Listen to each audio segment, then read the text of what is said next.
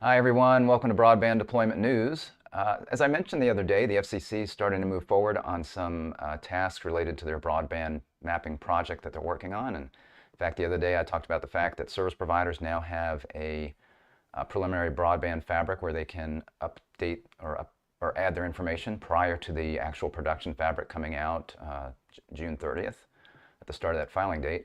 And now states and local government entities and tribal entities now have some guidance on what they should do as far as providing any broadband data as far as broadband availability. And that's optional, but that's what we'll be talking about today. Be right back.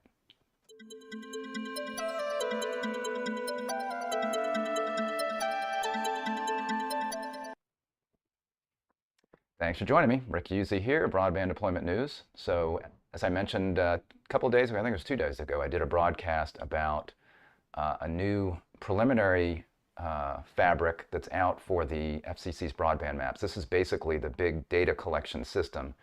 And service providers have access to that now, this preliminary system, to kind of play around with it and figure out what they're going to need to do in order to get their coverage data into the actual production fabric. They've got a filing window for that. That's from June 30th to September 1st. And at that point, between that time frame, they need to be uploading basically by address, or every serviceable address that they have, whether that address has broadband and probably speeds. There's not been all of the information as to what they need to upload. I'm sure that's going to come out in the NOFO, or the Notice of Funding Opportunity, that's going to be coming out around May 16th. But so the service providers kind of have that framework now set up for them to go in and see what they need to do to get that data into the system.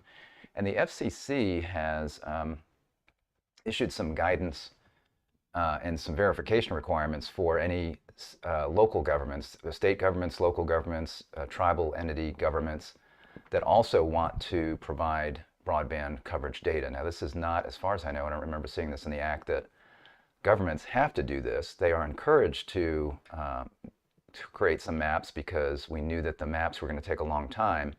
By the time you get all of the data from the service providers and there are challenges back and forth, we knew the maps were going to take a long time. And these maps, the official FCC map, is required before the vast majority of funds through the bipartisan infrastructure law can be released to the states. We need to know who's served and unserved before they're going to let the funds out. And the FCC, the final FCC maps, are going to be the determining, that's going to be what's going to hold that information as to who really is served and unserved. So states can do this, though, and in fact there is a requirement in the Act that states do a good amount of stakeholder engagement. So they're supposed to be talking to, the state's supposed to be talking to local governments and getting information from them. They should be talking with service providers in their area that are covering certain areas, or that want to cover certain areas. They should be engaging in all of that right now, and as part of that process, they really should be collecting data on who has broadband and who doesn't, because they can get a lot of good information about that. So it's not a requirement that they submit information to these maps, but they are supposed to. They do need to demonstrate to the NTIA's satisfaction that they have conducted a lot of stakeholder engagement locally to determine who has broadband and who doesn't, and who's going to be a good provider. Lots of information. And again, most of those details will be coming out in the Notice of Funding Opportunity. So the statute had kind of the high-level stuff, and then a lot of the details are going to come out in the NOFOs when those are available. So I was going to read through just a few paragraphs of this, just so everybody's familiar with this. If you're a state, if you're any kind of government, state, local, tribal government, or even if you're a service provider, there's some information here that applies to you that you might find interesting. So here you see a public notice. Broadband Data Task Force issues guidance to state, local, and tribal governmental entities for filling verified broadband availability data as part of the Broadband Data Collection. This public notice provides details on the procedures for state, local, and tribal government entities to submit verified broadband availability data through the FCC's BDC. We provide this guidance in advance of the June 30, 2022 opening of the first BDC filing window, so that those state, local, and tribal government entities that intend to submit verified broadband availability data may take the necessary steps to meet these requirements before the June 30 window opens. So again, intend to submit. So this is not a requirement, but they can, if they've been collecting this data, they can go ahead and submit that. And it sounds like they're going to have to submit it through the same portal using the same kind of methods. It doesn't mention that in here, so you would have to refer, and I'll go ahead and link to the broadcast I did 2 days ago about what service providers are going to have to do. And it sounds like they're going to have to do, the states and other governmental entities are going to have to do the same thing.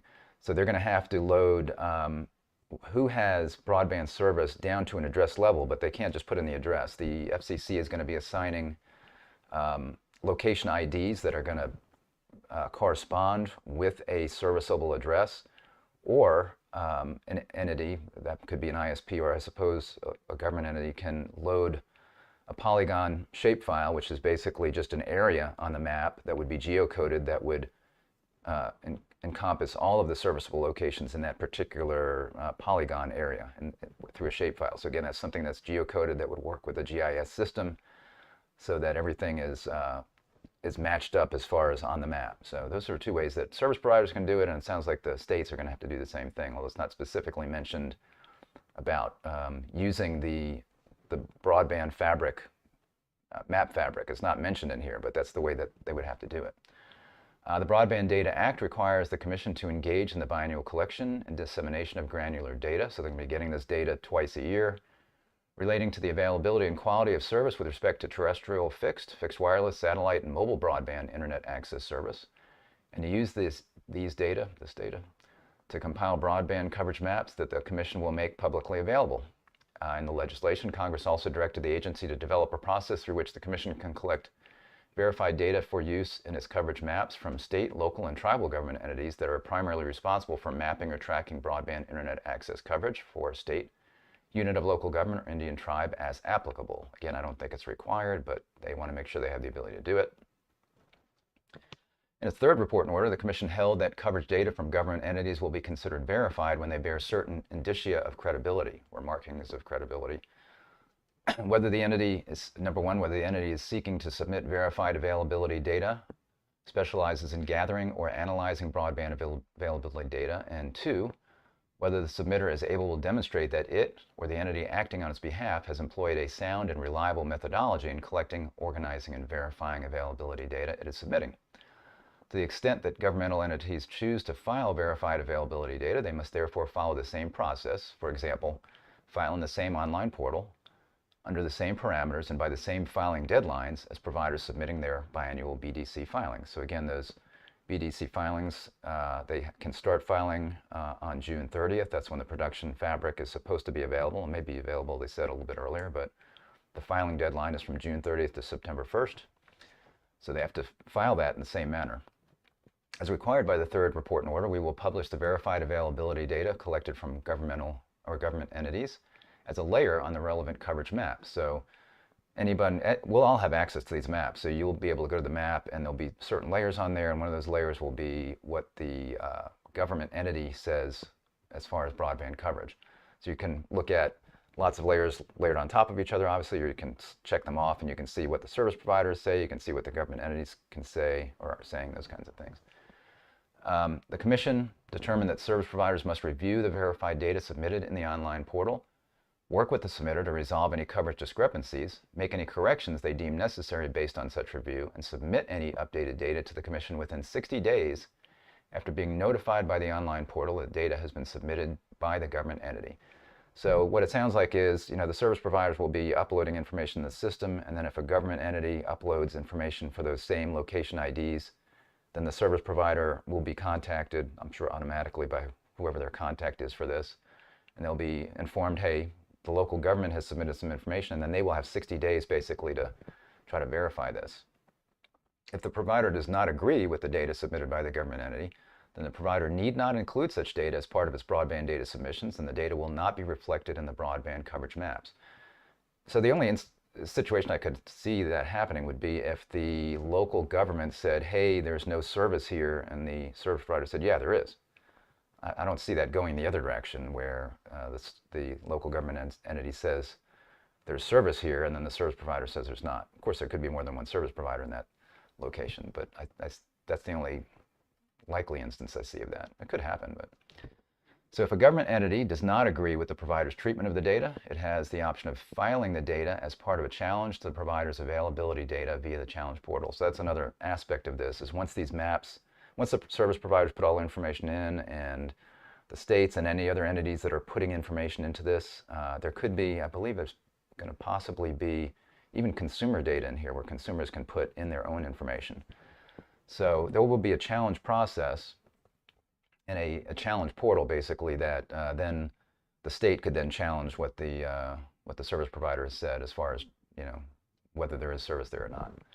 We note that these procedures pertain only to the submission of verified broadband availability data similar to the data that broadband providers will submit, and not to the submission of challenge or crowdsourced data. So this challenge system is different from the BDC system that's collecting this data. We will use the FCC's Commission Registration System, or CORS, to authenticate state, local, and tribal government entities. CORS is a system that assigns users a unique 10-digit FCC registration number, or an FRN, to identify and track the registrant's business dealings with the Commission. So every service provider has got an FRN already. So some states, local governments, tribal governments may not have one if they don't deal with the FCC on specific things, so they would need to get an FRN. CORS currently provides, and that, what was the other thing in there, the other acronym? I haven't seen that yet, okay. CORS currently provides 5 options for entity type: federal agency, foreign entity, private sector, state or local agency, and tribal government agency. So the state and local governments or the tribal agencies will either choose 3 or 4 depending on what they are when they put this data in. We'll also require that most entities provide an employer identification number, with the exception of tribal government entities that lack an EIN. Authentication is an agency primarily responsible for mapping or tracking broadband service coverage. That's the title here as we go down. So state entities, we require that any statewide entity seeking to submit verified broadband availability data into the BDC system obtain a letter from its highest ranking senior state executive, for example, governor or equivalent official, such as the mayor of the District of Columbia, identifying the agency as the entity primarily responsible for mapping or tracking broadband coverage for the state. Specifically, a letter from the state executive must be filed using ECFS no later than 45 days prior to the opening of the BDC filing window. So the BDC filing window, again, opens June 30th, so the state or local governments or tribal governments need to get this letter filed verifying that the agency that's going to file the mapping data is the right agency to do this 45 days prior to that. So there is a deadline coming up here pretty quickly. And this ECFS, that's the other thing I was going to describe what that is. That's the electronic comment filing system that the FCC uses. So whenever there's whenever the FCC is asking for comments, they have a docket number, and you can see some docket numbers here. So you can go in, just even as an individual, any individual can post comments on any FCC information in their ECFS. And it sounds like this is where this letter will be filed. So I find that surprising, because I would think they would want it somewhere else kind of separated, because there are so many comments in the ECFS. But I guess everybody looks at, they look at every single comment. So I guess they'll see that a comment is a letter from a state or a local government or a tribal entity, and say, oh, this is their letter verifying this agency and that they can submit maps. So, but that's all going to be done through ECFS. In many states, several disparate agencies or entities may be involved, so to varying degrees, in issues around broadband availability, mapping, and deployment. More than one statewide agency may therefore be primarily responsible for mapping or tracking broadband internet access service coverage. We encourage states and territories with more than one such agency to coordinate and identify a single entity within the jurisdiction that will submit verified availability data for their state. So they're encouraging that. They do recognize here that some may not want to do that, but that will make it very challenging for the state, because they're going to be required to make sure that there's no overlapping information, and if there is overlapping information, it's going to be thrown out. So it's best that the state makes sure that just one entity actually, even though local governments may be collecting this stuff, that the state kind of reserve that process for making sure that one entity, it could be a local government that does it, but one entity submits all the information for a state. Local entities, for the BDC system to receive verified availability data from local entities, the highest ranking senior executive for the county, city, or other locality. For example, the county executive mayor must file a letter identifying such a primarily responsible entities in the above reflected dockets using ECFS no later than 45 days prior to the opening of the filing window. By the way, it said earlier, if you are going to have multiple people from the state submit this information, you have to then have a separate letter for each person, I think from the highest state official that says this particular agency can submit information. So not just, if you've got several local governments submitting the same or different information over different areas, you need a letter for each one. Tribal entities, similar to state and local entities, tribal governments that intend to submit verified broadband availability data in the BDC system will be required to submit a letter from an elected tribal leader of the tribal government identifying the entity that is primarily responsible for mapping or tracking broadband internet access service to be the representative of the tribal government for filing purposes. The letter must be filed via ECFS in the above reference dockets no later than 45 days prior. So it's very similar. So yeah, so for tribal, it's pretty much the same in each case. So this does provide the guidance needed. I'm thinking there's going to be more information, or maybe they need to know that they need to go back and look at the public notice about the broadband data collection, the serviceable location fabric that I talked about the other day, because it doesn't mention any of that in here. It doesn't tell them where it is or who's doing it or anything like that. So maybe they need to know that, or maybe there'll be more information coming. But in any event, if you are one of those agencies, a government agency, you now know that. And I will again go ahead and link to the broadcast I did a couple of days that I did the same thing. I went through some paragraphs in the public notice.